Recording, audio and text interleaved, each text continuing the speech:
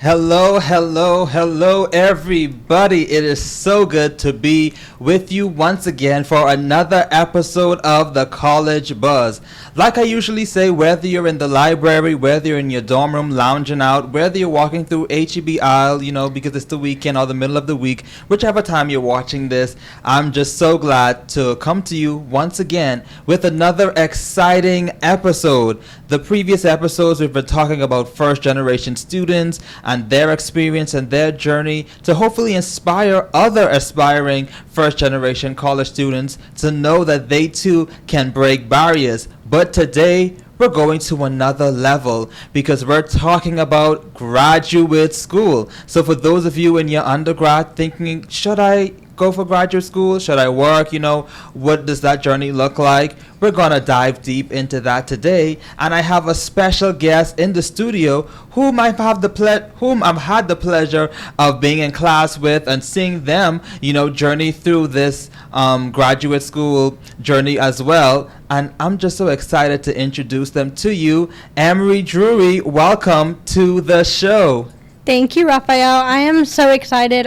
We've been going through this journey for 2 years together.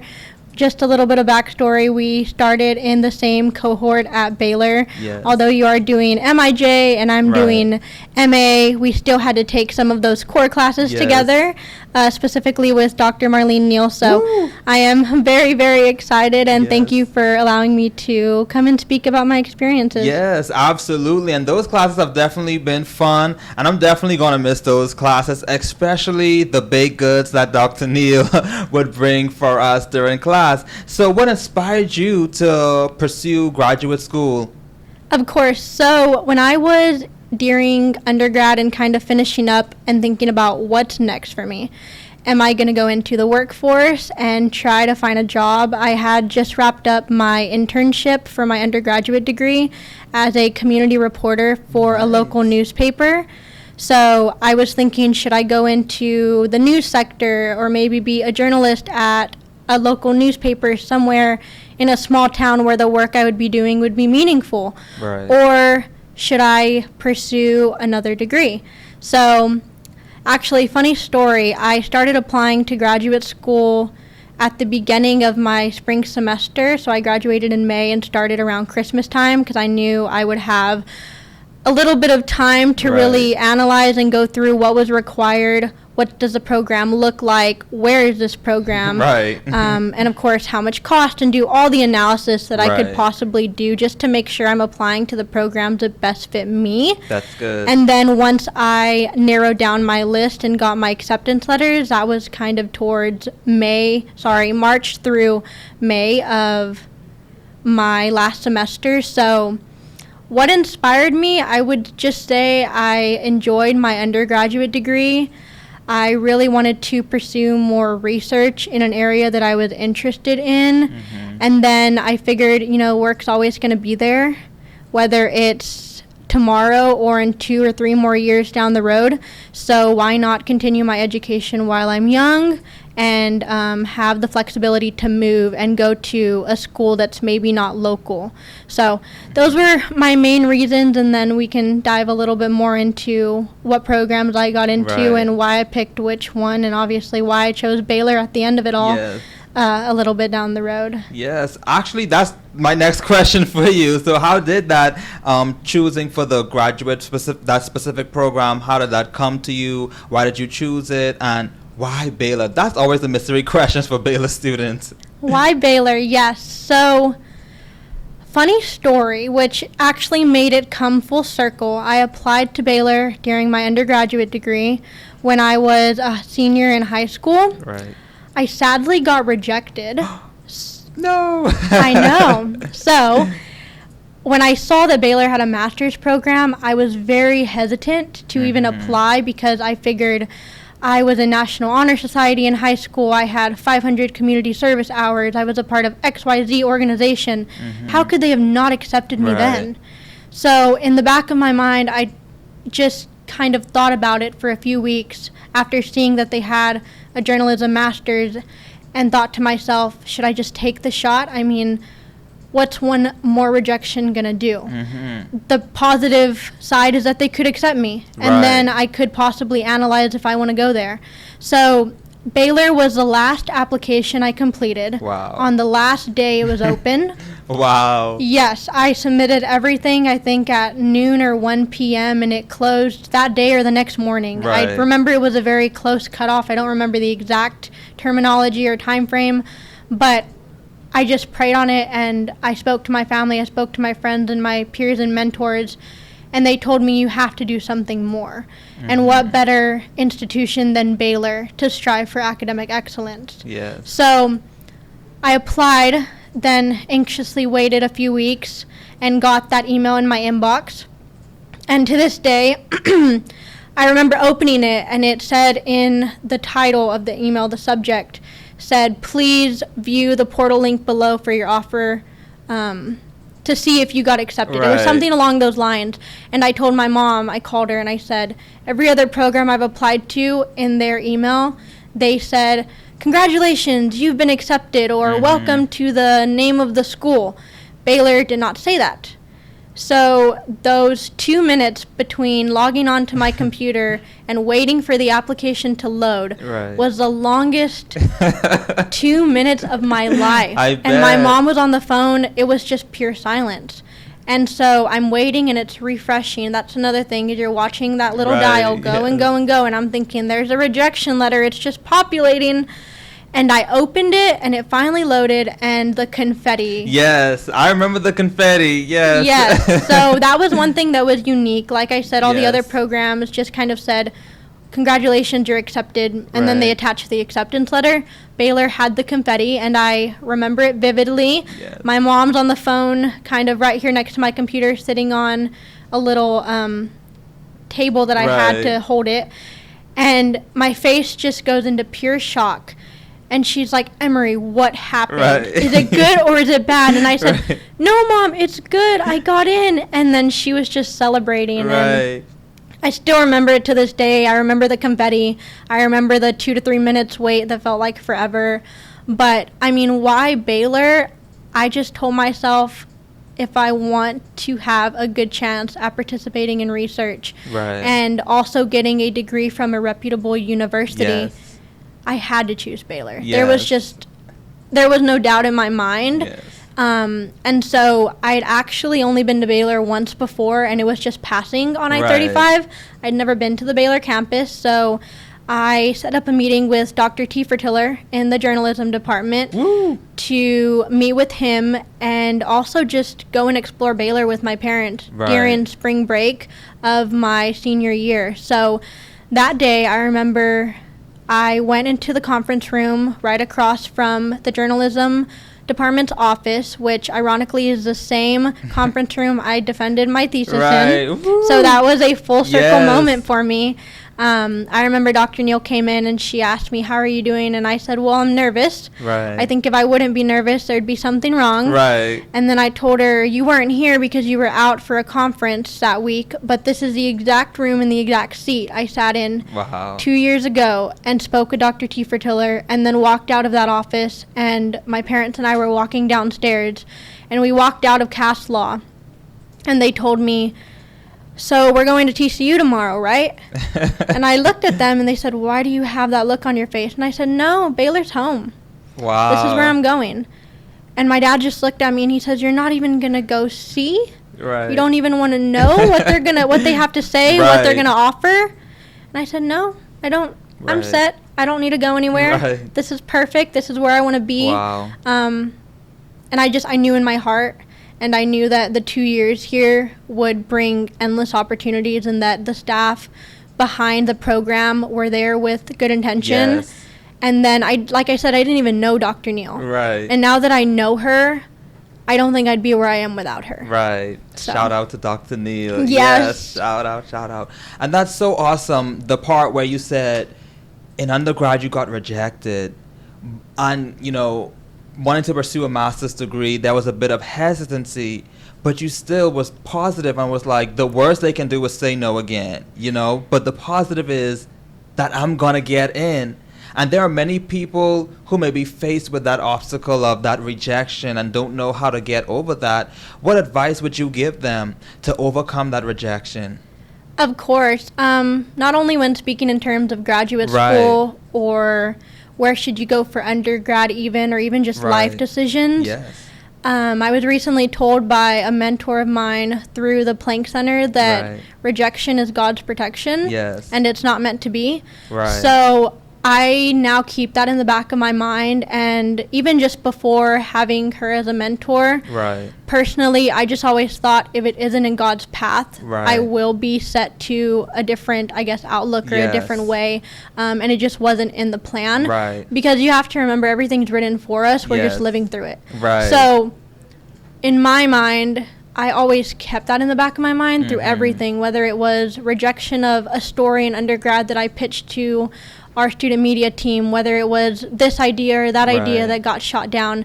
I think as a person, you grow and you learn. Yes. And with everything, whether it's as big as a college acceptance or as small as getting a failing grade, because we've all been there, Yes. you learn Yes. and you grow. And I think always thinking of it as an opportunity to grow and not a rejection as in something negative Right. is a good way to look at it. And like I said, the worst thing that can happen is they tell you no. And you're going to get 100 no's in your life, but it takes one yes for something good to happen. Yeah, you must have watched my previous episode, because that's exactly what I said. I was like, I told someone, I said, you know, a lot of no's happen, but it takes one yes to change the very course of our lives. And I just hope whoever is listening to this episode will understand that one yes, and that yes can come today, tomorrow, but it just takes one to change the course of our lives. That's so awesome. And if I can just add, Yes. in order to get that yes, you have to try. Yes. If you don't try, it'll always be a no, and it will stay a no until you decide Right. otherwise. So That's so good. That's so good. So talk to us a bit about the adjustment, because from undergrad to grad, from one place to a different place, tell us a bit about that adjustment experience for you. Of course. So during my final semester of undergrad, I did enroll in 21 hours to be able to graduate on time and not wait to have a summer graduation where I Right. would take only 3 hours and be a part-time student. So I had to get all that signed off, and in my mind, I told myself when I go to grad school, there's no doubt in my mind I'll finish early because I just completed 21 hours and Right. got a 4.0 this semester. Right. So I knew grad school was challenging, but I also knew that I was capable of doing it if I put my mind to it, which we can talk about. Yeah. The semester I did enroll for 12 hours later and kind of my experience with that You and can touch time on management. that right now as well. Yes. Okay, so I enrolled in 12 hours one semester at Baylor and then realized that undergrad classes and grad classes are very, very 360. Yes. When they tell you to take 9 hours, if you want to be a full-time student, take the 9 hours. They have done research. There's Right. things in place as to why they made that decision. Mm-hmm. And if you're like me and you took 15, 18, 21 hours in undergrad, it is not the same. Not. It is very much more research intensive. If you're working a job throughout your graduate school as well, you need to consider that, as well as just your personal well-being, because we're all human. Right. You only have 24 hours in a day, and I hope everyone listening sleeps for some of that if you're in Right. college, but you just have to prioritize all of that and realize that whether you finish early or you finish right on time, the opportunities are still going to be there if they're made for you. Right. So I actually forgot the initial question. Could No, you it's repeat okay. it? No. Yeah, so we're just talking about that adjustment period between undergraduate and graduate, and you were talking about the difference between the load that you were carrying between, undergrad and graduate school. So for sure. So that is time management in Yes. itself. I would also say being open to taking every opportunity. Yes.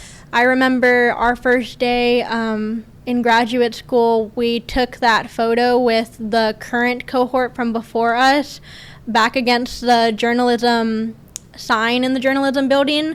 And I remember thinking to myself, they're so wise, they know it all. I mean, how am I going to be them in 2 Right. years? And then seeing the progression and just Yes. picking a program that really advocates for you and Yes. prepares you is something that you have to take to the heart and you have to consider. Don't just do it on a whim and say, yes, I'm going here because they offer me XYZ, or yes, I'm going here because of the name.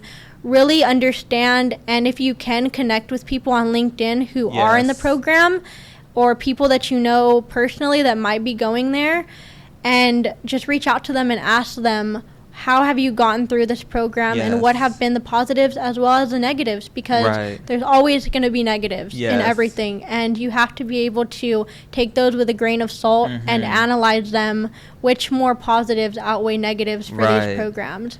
And then lastly, I would say just adjusting is going to happen for everyone. Whether you went far away for undergrad and then you stayed at that distance for graduate school at the same university, or you change a different university, there's still going to be change and there's going to be time where you need to adjust. So give yourself that time and find positive things to do in your free time, such as volunteering, or like I mentioned before, getting a campus job, or even doing internships all throughout your graduate level education. Just do something positive and the time will go by a lot faster than just going to class and sitting at home. And also you're building your resume, which is something that not only Baylor, but I think every master's program advocates for, because you always have room to learn. And to be a lifelong learner, you have to be able to take these internships and not think, well, I don't need it, I have enough. What else is there for me to learn? I promise you, there is always something that you don't know how to do. That's so true. And you might have never thought about that until somebody put it right in front of your face and told you, can you do this? And you take a step back and say, wow, I have an undergraduate degree and I've never been asked to do this. And I've never been asked to do this. Wow. So there's always room for growth. It doesn't matter if you're the CEO of a company or a senior in high school looking for the next big thing in your academic career. Just be willing to grow, be willing to learn, and be willing to take criticism, because there's always going to be that one person you're not going to please, and that's just life. That's so good. So much good information. Now, I know that because we took class together, there were some great opportunities for us in the graduate school. So talk a bit about some of the opportunities that you have been able to do, whether it's research with the Applying Center, internships.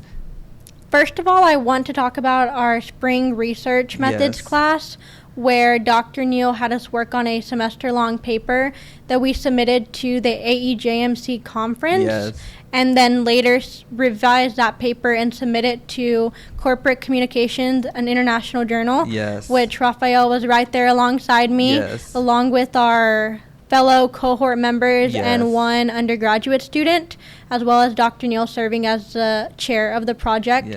And just doing that research project, I knew that at another university, in year one, you might not have had that opportunity, or you might have been doing it all on your own. And could I have possibly got it done? Maybe. But what I learned through it is that research projects take a team effort.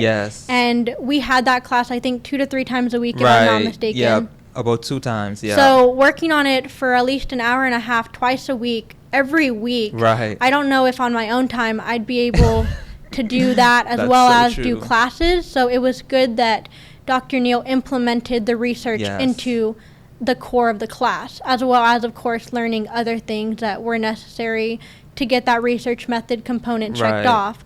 But I just think research in itself at Baylor is so in-depth, and they provide you with the basics needed, and they help you really anywhere that you need, and they don't just say, here's your research, we'll see you in 2 years, figure it out. So they're really helpful, and I think any good professor is. And of course, we both know Dr. Neal. She is on top of things.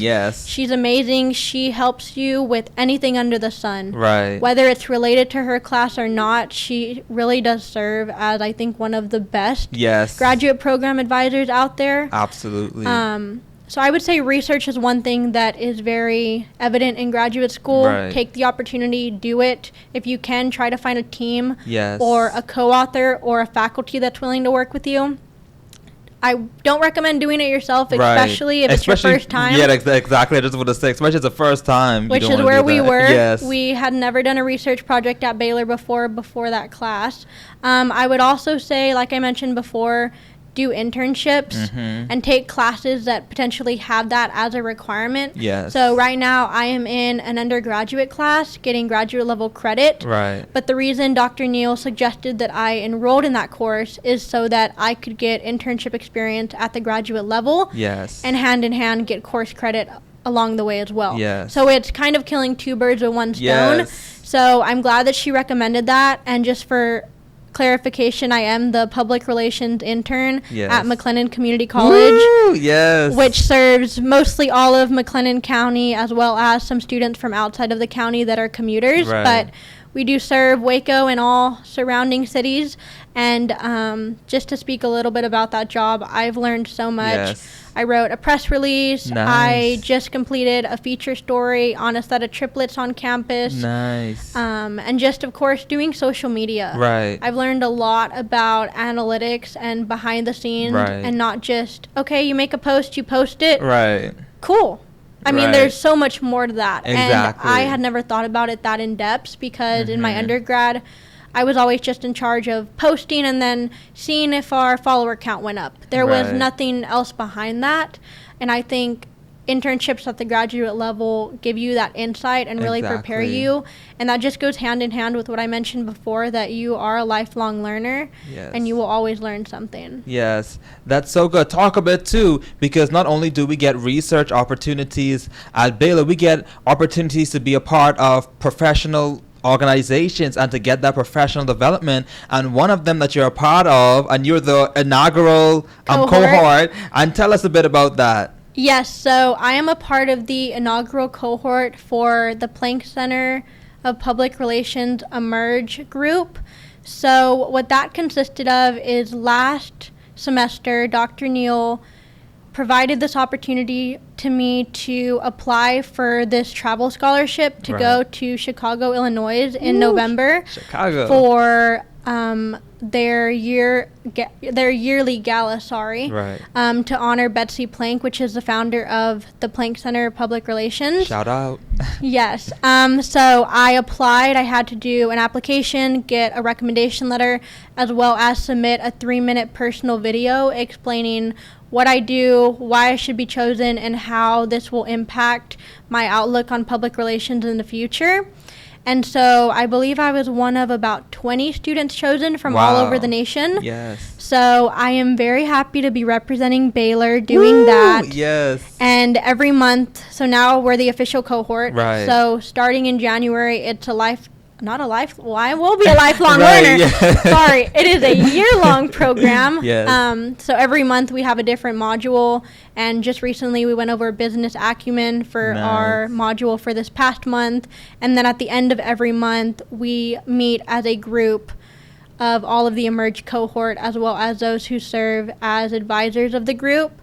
And we each have a mentor who I mentioned earlier, and I meet with that individual 2 to 3 times a month over 1-hour Zoom calls and just discuss not only what are we doing for the module, what have I learned, but also just personal life, because they want to know how you're succeeding personally. Right. And then now, as I'm getting close to graduation, a lot of our topic is around what's going to happen after. Right. What are my plans, and just how can that individual serve to help me, whether that's looking over my resume, my cover letter, my portfolio, just how can they serve as kind of somebody in the background that helps you succeed. Yes. So I am very, very excited for the remainder of the Planck Center and what's going to be talked about during the next few months. And then if I ever have the chance to go back to Chicago for the gala, I would be more than happy to later down the road in my career. But it is an amazing opportunity. It's something that Dr. Neal does promote to her students, and I think she really likes when 1 or 2 students apply each year for that program. And like I said, you never know. Exactly. You could get rejected because you're going up against all these people from these big schools. But you also have something unique, and that's something that no matter who you compete against, I don't think it matters if they're from Harvard or if they're from Baylor or if they're from a small town college. Everybody has something so unique and so important that only they know about.